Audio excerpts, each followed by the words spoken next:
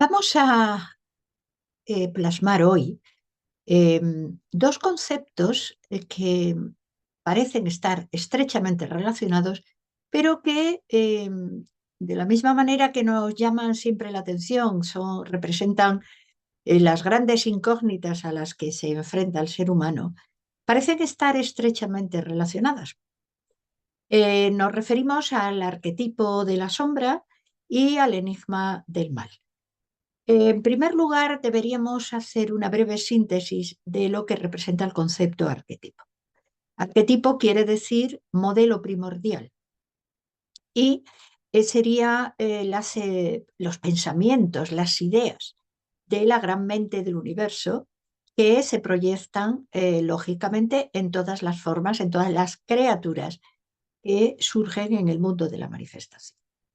El psiquiatra suizo Carl Gustav Jung reconoce esta idea de los arquetipos, indudablemente influenciado por el concepto de las ideas arquetípicas o los arquetipos de Platón, de lo bueno, lo bello, lo justo y lo verdadero, y considera que llegan también a los seres humanos, no solo en su diseño físico, sino también en lo psicológico y en lo mental.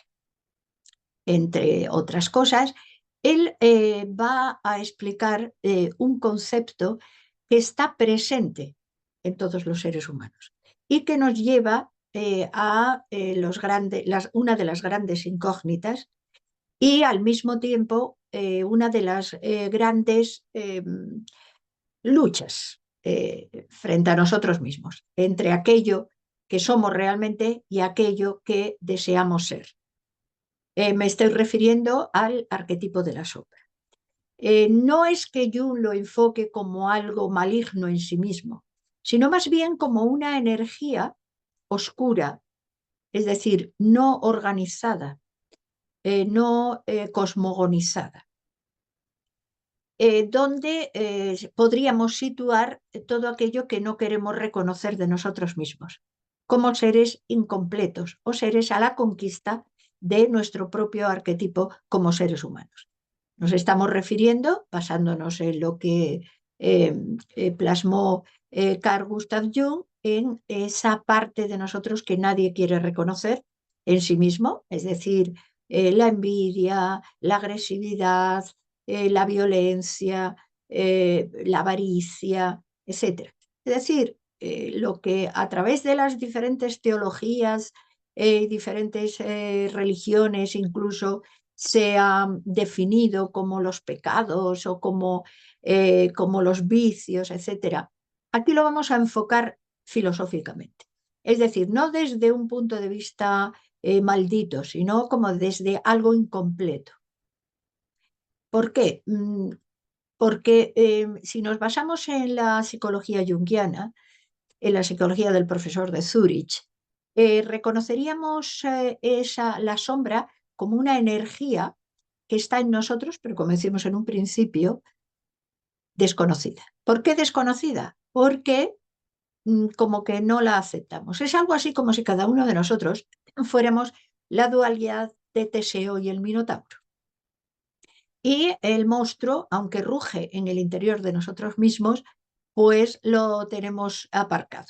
En la vida cotidiana muchas veces tenemos un armario desordenado, lo dejamos cerrado y no queremos saber nada de él. Ahí lo tenemos. Pues bien, es una analogía con lo que sería el concepto de la sombra en cada uno de nosotros. ¿Qué dice Jung que hacemos? Como no lo aceptamos, pero está ahí, si no lo aceptamos, llega un momento que como es algo que tiene vida propia, y en esto nos paramos a reflexionar sobre los conceptos que una filósofa del siglo XIX, Elena Petrovna Blavatsky, comentaba respecto a esas energías que surgen de nuestra mente y de nuestra psique y que cobran vida propia, convirtiéndose muchas veces en verdaderos eh, eh, casi propietarios de nosotros, en verdaderos esclavistas de nosotros, si no los hemos reconocido previamente. o si no las hemos nombrado adecuadamente, como explicaban en el antiguo Egipto, nombra al monstruo y el monstruo será sometido. Por lo tanto, lo primero sería aceptar que hay en nosotros una parte todavía no terminada, no concluida. Es decir, el arquetipo ser humano está todavía en proceso de construirse a sí mismo. Pero de la misma manera que que el universo proyecta el arquetipo humano, el humano tiene la libertad también de participar en la construcción final de ese arquetipo. Por lo tanto, la sombra estaría para ser estructurada, para ser armonizada, para ser iluminada. Jung decía que la sombra hay que aceptarla y al aceptarla, la forma de superarla, de convertirla en aliada en lugar de enemiga, es trasladarla hacia la luz. En el mundo de las formas manifestadas, ese universo que se proyecta en las mil formas manifestadas, todo tiene sombra. Por lo tanto, también los dioses, los astros, los seres humanos, incluso los arquetipos, tienen sombra. ¿Por qué? Es una ley natural. Pero ¿qué ocurre con la sombra? Vayamos al plano físico. ¿Cuándo deja de haber sombra? La sombra está pegada a nosotros. No podemos quitárnosla. Intentémoslo. No somos Peter Pan, que pierde su sombra y la pierde y quiere recuperarla. Es decir, la sombra está unida a nosotros. Somos nosotros. Cuando no estamos en la verticalidad de la luz. Porque cuando estamos en el cenit de la luz, la sombra desaparece, queda asumida en nosotros, ya es una con nosotros. Bien, pues siguiendo los principios de Jung, esa sombra puede ser cosmogonizada, puede ser eh, eh, iluminada, convirtiéndose así en nuestra aliada, convirtiéndose así incluso en elementos que nos ayudan incluso a avanzar hacia nuestra meta final como seres humanos. No obstante, el término sombra no es tan sencillo. Jung nos va a hablar de diferentes matices. Así va a hablar de una sombra personal, que puede manifestarse individual, o sea, en cada uno de nosotros, o puede manifestarse colectivamente. La sombra individual, ya hemos hablado de lo que representaría antes, pero la sombra colectiva sería la proyección de la sombra en los otros y unidos se convertiría en una gigantesca sombra colectiva que sería, dijéramos, un verdadero tsunami, porque sería la que ha producido a lo largo de la historia las grandes revoluciones sangrientas, los grandes genocidios. Lo vemos, por ejemplo, a nivel histórico con los genocidios, es decir, hemos proyectado en los otros la negatividad de nosotros, aquello que no aceptamos de nosotros, y entonces lo destruimos al otro, aquel que hemos hecho depositario de nuestra sombra porque no la hemos aceptado y por lo tanto no la hemos superado. Es decir, hacemos culpable al otro de lo que es nuestra propia sombra. El ejemplo, como decía antes, lo tenemos en los grandes genocidios, lo tenemos, por ejemplo, en la estructura social de la Inquisición, donde se proyecta ese pensamiento satánico en aquello que no conviene o que socialmente no se quiere porque hay un interés previo, etcétera, y se destruye. Es decir, que si nosotros no iluminamos nuestra sombra, no la aceptamos, se corre el peligro de que se proyecte, se vincule a la sombra no ordenada, no iluminada de otros seres y convirtiéndose, como decíamos antes, en la sombra colectiva, que es verdaderamente peligrosa. Por otro lado, Jung nos va a hablar de la sombra impersonal. Y aquí casi podríamos matizar que esa sombra impersonal es lo más parecido al mal, porque el mal casi es un concepto abstracto. Nosotras nos podemos preguntar, ¿por qué existe el mal? ¿Qué es el mal? Tal vez el mal sea esa incompletura del ser humano. Porque asociamos el mal como algo que en sí mismo parece no tener sentido. ¿Tiene sentido el hecho de que un ser humano torture a un animal? ¿Tiene sentido que el ser humano trate de enriquecerse a costa del dolor y el sufrimiento de los demás? ¿Qué nos indica eso? Nos indica una posesión sombría. Nos indica que la sombra, el lado oscuro de ese ser humano, es el que gobierna su vida. Porque entendemos que en el universo manifestado existe una ley natural que es cómo las cosas deben ser. Aquí me gustaría hacer una pequeña reflexión respecto a un personaje que amo profundamente, que es el Quijote.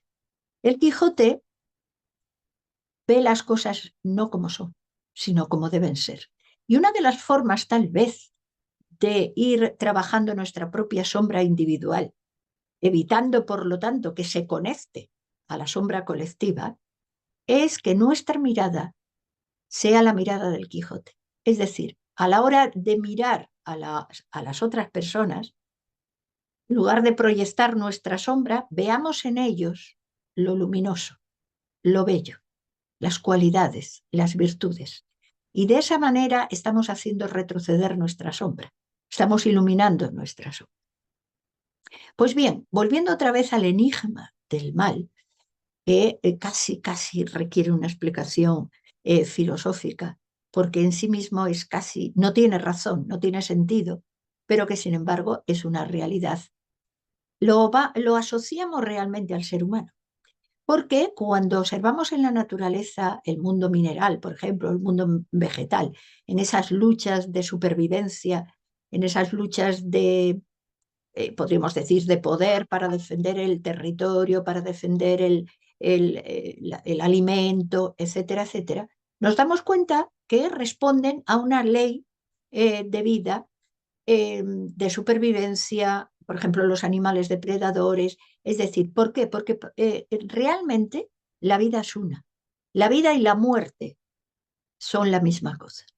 Algo así como dos caras de una misma moneda. Y eso nos lo explica la antigüedad clásica, cuando nos dice que el sueño y la muerte son hermanos. Por lo tanto, es algo así como si nos dijeran que el sueño es un ensayo de la muerte. Pues bien, el hecho de que un depredador mate a un animal para comer no estaría dentro del mal, sino estaría dentro, dijéramos, de la dinámica natural de las formas de vida que habitan el planeta. Cuando hablamos del mal, lo relacionamos directamente con el concepto humano. Es hacer daño por el daño en sí mismo, pero donde hay un añadido más.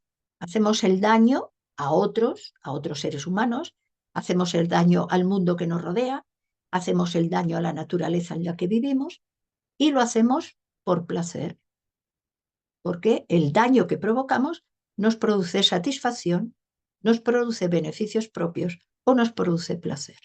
Ahí entenderíamos entonces que hay una parte en nosotros que es realmente todavía oscura. Bien, cuando hablamos del mal como una, dijéramos, una actitud dañina del ser humano, también habríamos que mirarla desde diferentes ángulos, porque puede haber un mal inconsciente o un mal consciente. Me refiero al mal inconsciente cuando hacemos daño, pero no por obtener un beneficio, sino por ignorancia. Y aquí diríamos que entonces la gran forma, el elemento que nos va a ayudar a iluminar esa parte sombría de nosotros sería la educación. Porque a través de la educación sacaríamos de nosotros, educiríamos de nosotros, seduciría de nosotros las fuerzas positivas, luminosas, que alumbrarían y harían retroceder a la sombra. Yo muchas veces me digo que si desde niños nos hablaran de las leyes de la naturaleza, de las leyes del universo, esas que en Oriente llamaban Dharma y Karma, es decir, la ley universal, la que proyecta directamente el arquetipo como idea como mente, perdón, como idea o pensamiento que surge del universo, pues, y que a la hora, dijéramos, de nosotros proyectar nuestra vida, si nos integramos en ella o no nos integramos, hay una causa y efecto. Eso probablemente nos ayudaría a lo largo de nuestro desarrollo posterior a comprender y a saber actuar de la mejor manera posible, tanto para nosotros mismos como para el mundo que nos rodea. Bien, pero volviendo otra vez a ese mal consciente, ahí casi hablaríamos de esa sombra impersonal de la que hablaba Jung, porque el daño consciente estaría relacionado directamente con. ¿Por qué? Porque es una actitud perfectamente digitalizada, perfectamente organizada, estructurada por el ser humano para obtener placer, para obtener beneficio. Y aquí podríamos hablar de los que provocan la muerte de seres humanos o de seres vivos por obtener sus propios beneficios materiales o simplemente por la obtención del placer, entendamos en el psicópata, el sociópata, etcétera.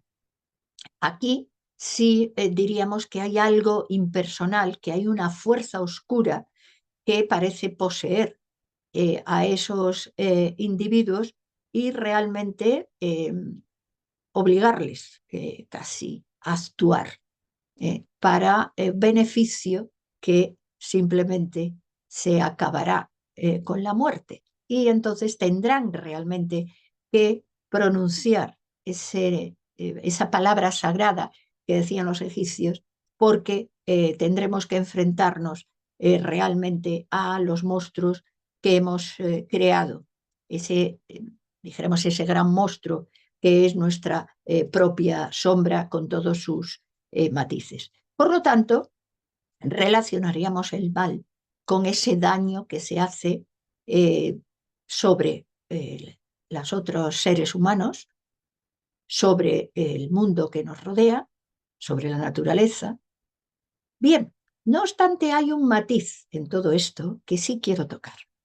Cuando Jung habla de que la sombra es aquello que no queremos, no queremos aceptar, que no queremos que se sepa, porque la sociedad lo vería mal, porque la sociedad no lo aceptaría. Bien, pero ahí hay que establecer un matiz, porque si en la sociedad está manifestando una sombra colectiva, que por lo tanto no aceptaría el bien, entonces realmente el enfrentarnos a esa sombra colectiva o el no responder a esa sombra colectiva no sería mal, no sería sombra. Bien, porque no cabe duda que a veces hay ciclos en la historia, movimientos sociológicos que proyectan una sombra colectiva y que quieren obligarnos de alguna manera a que respondamos de la misma manera. Y quieren buscar o educir de nosotros nuestra sombra para seguir enriqueciendo, engrosando esa sombra colectiva. Y ahí es donde diríamos que la clave estaría en el conocimiento filosófico. Es decir, la búsqueda del conocimiento, la búsqueda de la sabiduría, de el conocernos a nosotros mismos, del aceptar en nosotros nuestra luz y nuestra sombra y trabajar por iluminar realmente los rincones oscuros de nuestra personalidad, entender que hay una meta trascendente para cada uno de nosotros y caminar conscientemente hacia ella, es indudablemente la clave para domesticar a nuestra sombra e incluso enfrentarnos a la sombra colectiva.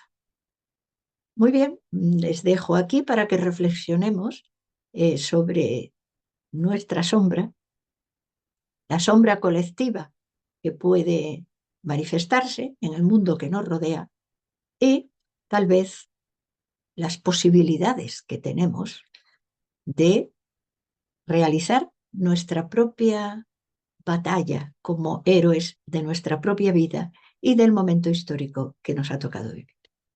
Muchas gracias.